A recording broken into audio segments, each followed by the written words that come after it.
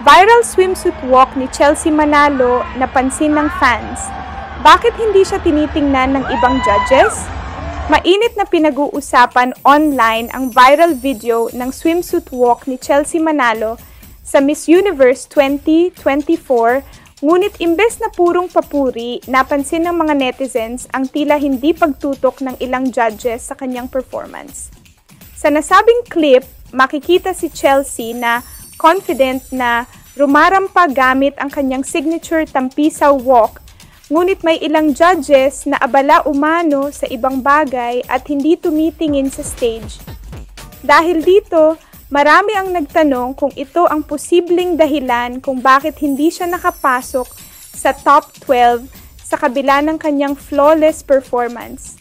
Grabe, ang ganda ng walk niya pero parang hindi siya pinansin ng ibang judges. Sayang, komento ng isang fan sa Twitter na agad namang sinang-ayunan ng marami. Ayon pa sa ilan, deserving si Chelsea na mapansin dahil stand out ang kanyang grace at presence sa stage.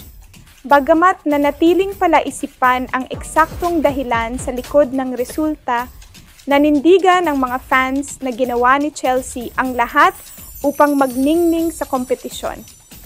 Chelsea owned that runway, and the Philippines is proud of her no matter what, ani ng isang netizen. Patuloy pa rin ang suporta ng fans sa beauty queen at marami ang umaasa na magkakaroon ng mas maraming oportunidad si Chelsea upang ipakita ang kanyang galing sa mas malaking entablado. Mga ka-showbe, don't forget to like at subscribe for more videos.